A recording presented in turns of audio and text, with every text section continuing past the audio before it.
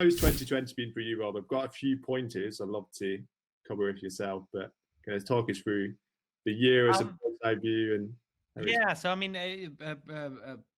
a lot of growth, a lot of movement. We started the year as 5 people. We're finishing the year at 35 people. And thank you. I I, uh, um, going to I say? I made it just for you. No, I have my poop emoji ornament. I have my Oh, Star no Trek, way. my TNG emoji. I have my Slack sloth. Oh, And that. so yeah, getting all festive. No, so yeah, we grew a lot. Obviously COVID has, it's not a great, you want to be growing because of positive reasons, Hmm. right? So growing because of a negative reason is obviously, it's great to know that we can, we're helping people, but at the same time, it's an uneasy growth. Hmm. We were a bootstrap company until September. We took a round of investment at the end of September. So we were bootstrapped up to about 18 people, which certainly we're super proud of. Now we've about doubled the team since August. And so yeah, we're growing. It's still it's uncertain, but we have a lot of like cool things we want to do. Hmm. Amazing. And like you said, Rob, yeah, of course, it's nice to maybe grow for kind of positive reasons. Of course, COVID is less positive per Yeah. se. I'd love to come back for you, Rob, about some positive reflections from 2020. Mm-hmm. And one of the things I was keen to get your thoughts on, even briefly, was some of the data and statistics. And I'd seen, I know you posted on LinkedIn actually this week about 2 million plus attendees, 5,000 events almost. Talk us through that. Talk us through some of the. Yeah, so I guess the our main customer, we have a few different types of people who use us, but our main customer are what in the VC term for it is passion economy. Mm, Other terms are maybe the creator economy, the independent entrepreneur. These are small businesses or solo people or people who are doing side hustles, side projects, and they want to monetize an expertise and monetize a network. Those are who we love. Those are our target customers. And yeah, we were able to make them about $6.5 million this year. And so like that to us was amazing. Like that's what we see and what we want more of. And I think that if we wanted to try and paint a positive picture with what COVID meant to that type of population, is that mm, it's accelerating some of the trends that we were seeing beforehand of people mm, thinking, how am I going to diversify my income a bit more? Maybe I could work for myself. Maybe I don't necessarily need to work for some big company. If I want to make soap, maybe I could make soap. Maybe I could earn a living, making a soap business.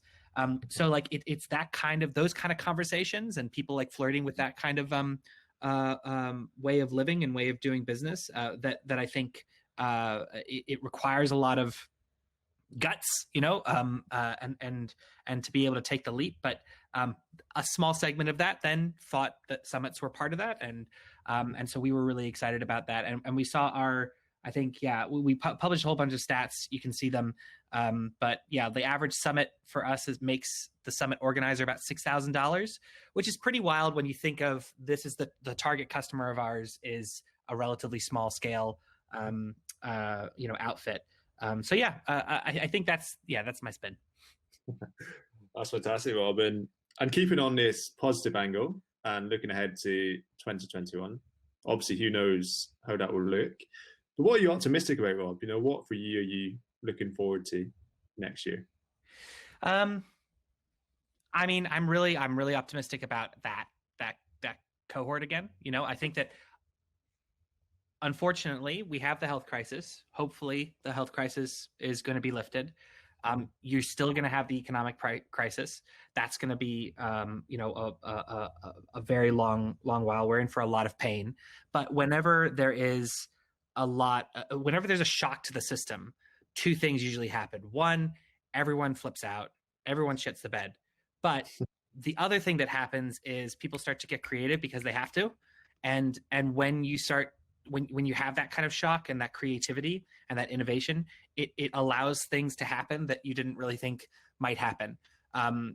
or you thought, maybe this is an idea, but you did never really have time for it. So I think that we're going to see, like, Remo, for example, who we love. Really, they started their life as a co-working space, like for remote teams. That's what they were. Remo, remote, like a remote team. That's what they started at, and they pivoted this year pretty quickly to events. And we are a Summit platform, but we don't do any video. So we integrate with things like Remo and Zoom and all that kind of stuff. The innovation that's coming out of that space is super, super exciting. And I love just watching that happen. And as long as they integrate with us, we love them, right? So that's, but so I'm optimistic about that. And I'm certainly, from a business side, I'm really optimistic about our team.